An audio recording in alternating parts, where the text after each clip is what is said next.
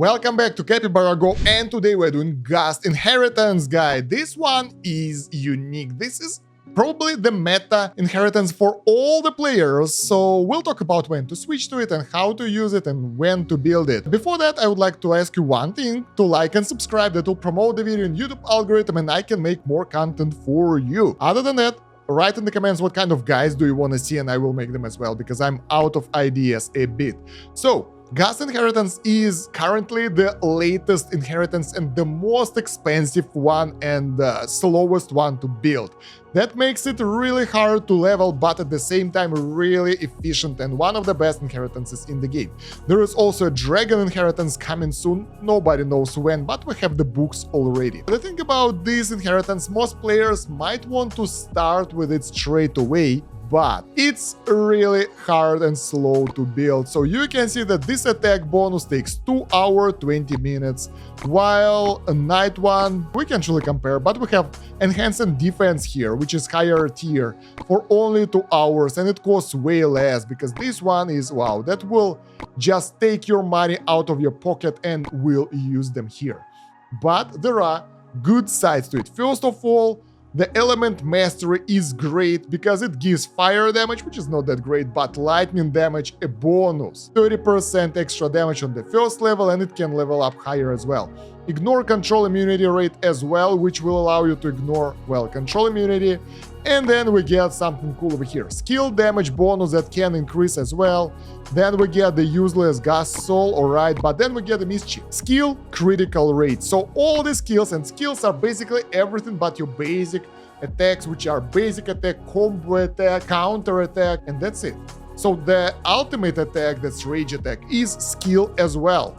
And all your daggers, sword cheese, whatever, spears, all of those are skill damage, and that will affect all of that, and that's a lot. Moreover, the hero itself is pretty interesting. Introduced target skill damage reduction for 2 rounds and has a chance to stun the enemy for 1 round at tier 4.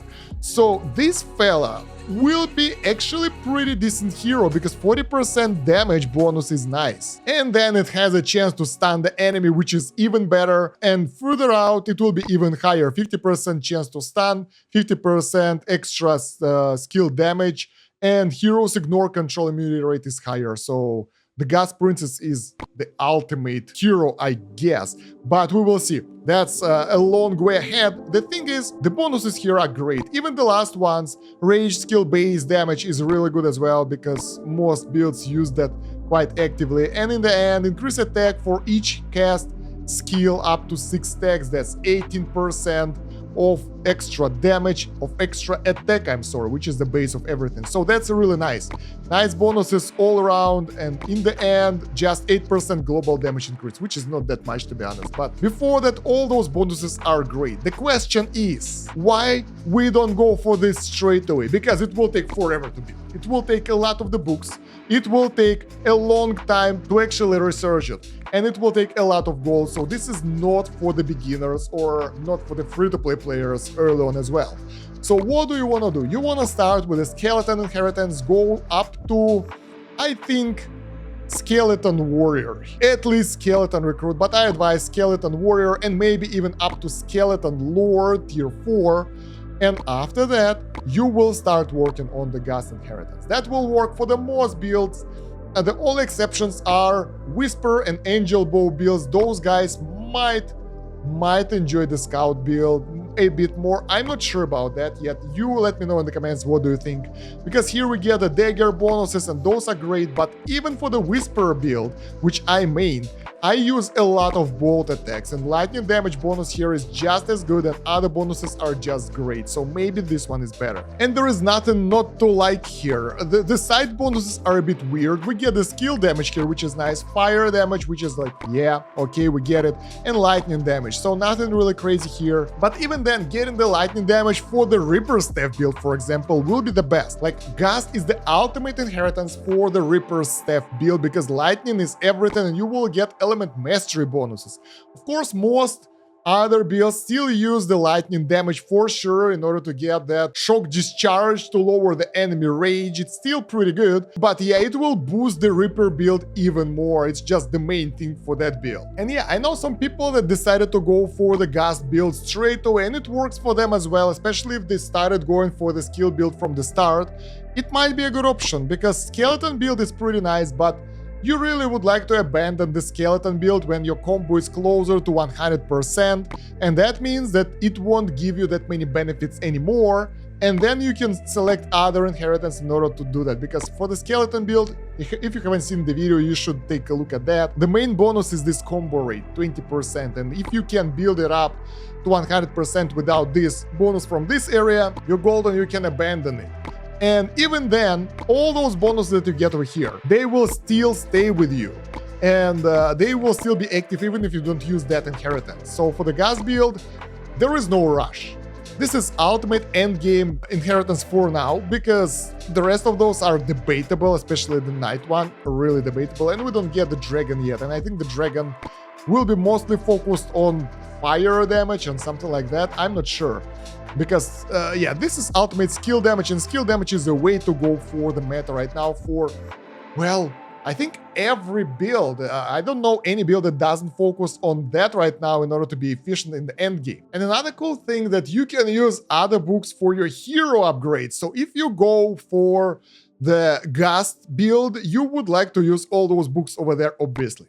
The best heroes for you most of the time are Knight of the End, that uses the night books, so that's easy, and as you can see I have plenty of those, so we can get it really high. Then you probably use either the Reaper that uses the bone book, so it's not Ghast book as well, or most likely Spring Orchid if you go in the skills way for Reaper stuff or something that uses the Ranger book. So in that case you get two of your main heroes covered by those books. And for the brands, what do we have? We have the Wild Vulture that uses the bone, then we have the Stone Guardian that uses the Knight, and then, well, up to you, but most of those guys use still bone stuff. If you go for the lightning build, let's see. Okay, the Harpy will use the Ghast books instead, so probably not the best idea to get her like that, but the global lightning damage is still really nice. And the rest of them are just not as good for most builds that use those books, so probably the only good pick is Harpy for lightning for the Reaper build. For other builds, well, depends, but